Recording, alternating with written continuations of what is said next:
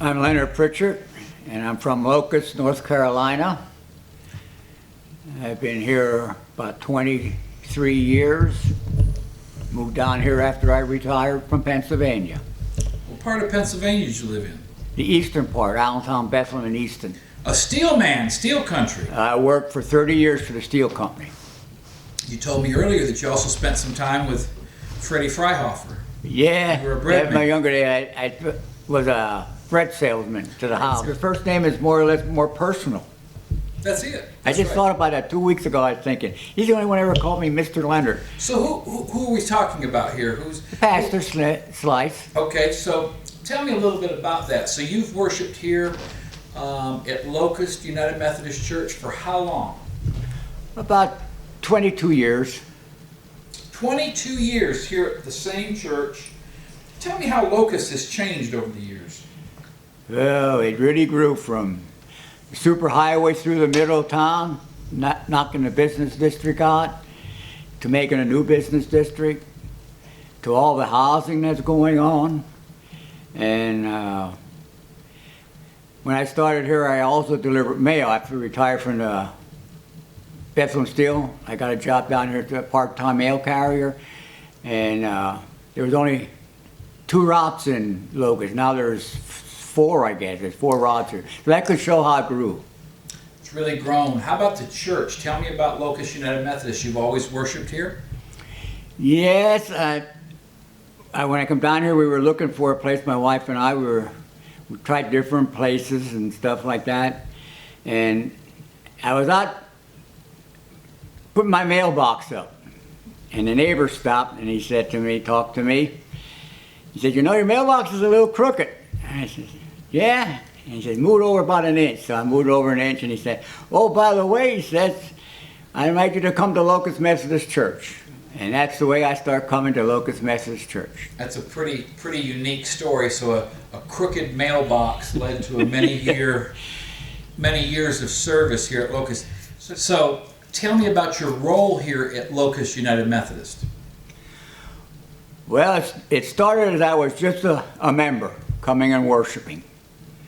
And I remember the first time my wife and I came in here, she said, "Where are we going to sit?" I said, "Don't worry, we'll sit up front and we won't take nobody's seat."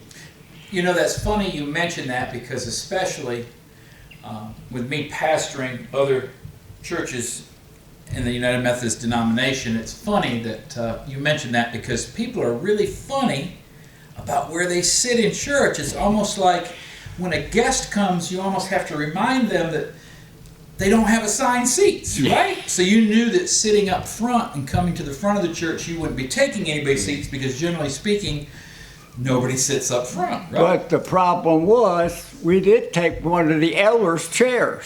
Oh dear. But she didn't say nothing when she came in. She sat right behind us, and as if nothing was wrong. And I didn't know that for 2 or 3 weeks before I heard that that was her seat. So we moved back 2 seats, and she got her seat again. She regained position. Yep. Here at Locust. But she was nice. I didn't even know I took her seat. There you go. And tell me this, Mr. Leonard. Tell me about what your present day duties are here at the church. You serve in a capacity, right? Right. I'm the lay leader. Very good. And how long have you been the lay leader? Well, when I started, they said it would only be 2 or 3 years. We have to rotate. Well, I think I've been lay leader here for at least 12 years. Maybe 15. Kind of sounds like some people, how they become in the ministry. They ask them to fill in for 2 or 3 weeks, and the next thing you know, they put a contract in front of you. So I can relate. I get that.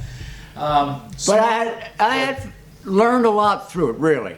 I mean, I'm not one for traveling too much, but when we were in the Albemarle district, I used to go to meetings, but since we're in Charlotte area now, I don't like that congested travel down there. But I keep up with it, and I just love serving the Lord. Amen. That's what I love doing. And I hear you're a faithful and dutiful servant, and I hear that, I just hear a lot of good things about Locust. And I came here today because I wanted to ask you a few questions of how you think, and if you can elaborate for me, how has the pandemic, how has that affected fellowship and worship here at Locust United Methodist? Well, I'd say we were scared in the beginning people didn't come, and they stayed home. We're an elderly church, basically. We don't have too many young people, except now it's starting to grow. We had 4 young ones at the front here today, and so we're starting to grow with our new minister. And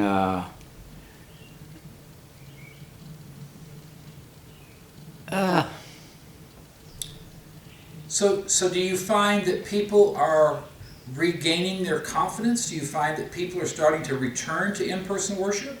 I think some of the elder people are.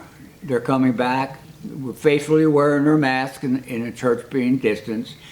And I'd say almost 90% of our church members are vaccinated. Okay, so tell us a little bit about that. Tell us a little bit about background. Have you been vaccinated? Yes, I have. Okay, and what kind of vaccine did you receive? Pfizer's. Okay, and when you got that, how did you feel any ill or adverse effects from that when you first got the first shot? First shot, no. I didn't have no effect at all.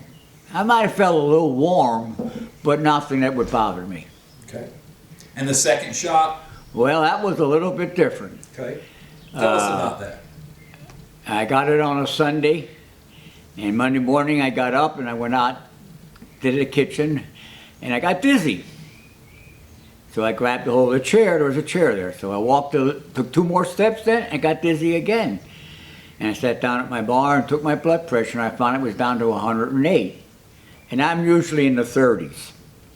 So I looked at that and I thought, I'm going back and lay down. So I went back and lay down in bed, woke up about 3 hours later, and I had no side effects whatsoever after that. So that was the most of the adverse effect that you had from that? And they told me that maybe after the second one, the first day you shouldn't schedule anything. And I can see what they would mean.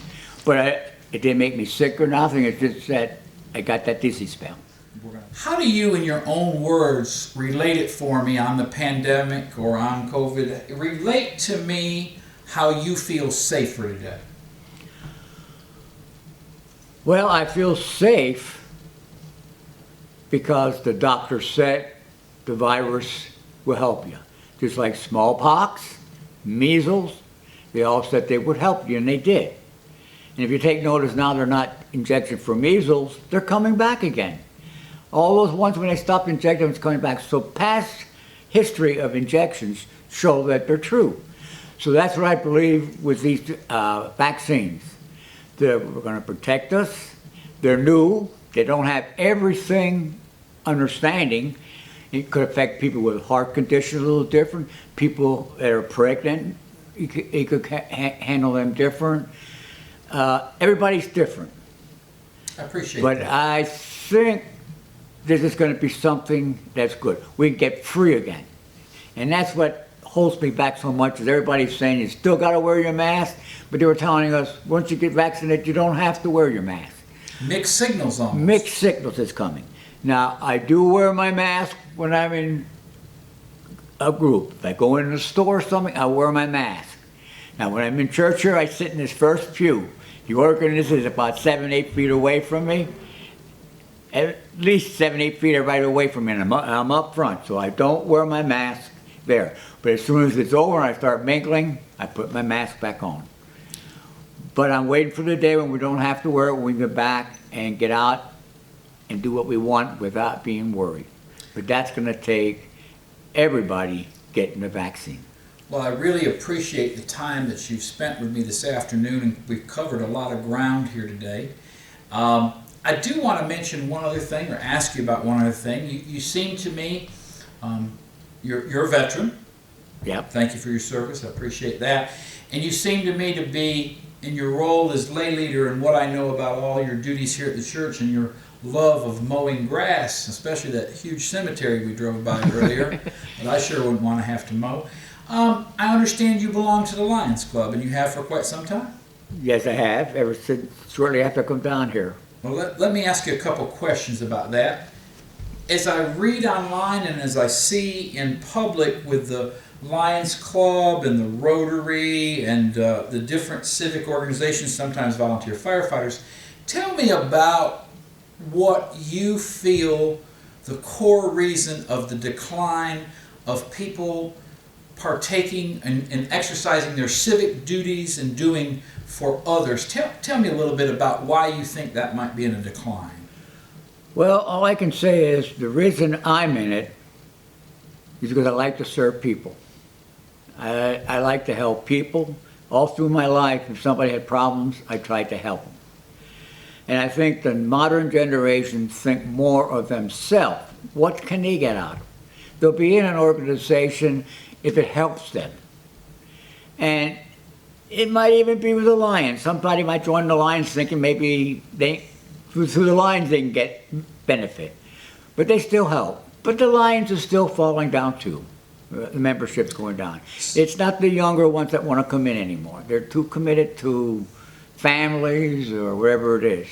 You find that there's been a general overall decline in service to others as a culture, as a country, and you find too that it's not just a generation, it's a trend over multiple generations. Obviously, you're 82 years old and you probably saw this decline start some time back, but do you find that the decline is because it's a what's in it for me generation mentality, sort of?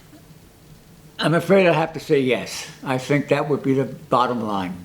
It's what can I get out of it? Everybody wants to know what can I get out.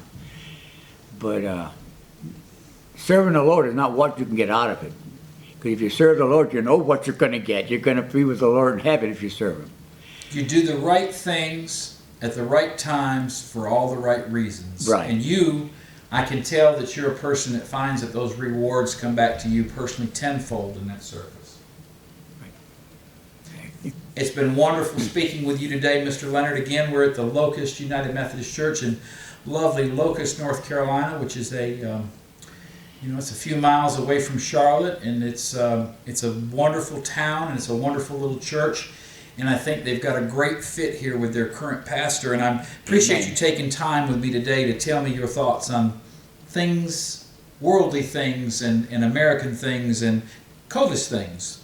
Well, I'm glad you did, because like I said to you earlier, I never had anybody interview me. This is the first interview in my life, 82 years. I would have never guessed that, Mr. Leonard, because you interview like a seasoned pro. I hope it doesn't ruin your video or anything. But like I said, I just love serving the Lord. Amen, brother. I appreciate the time we've been able to spend together today, and I appreciate all you do, and thank you again for your service to your country. Thank you.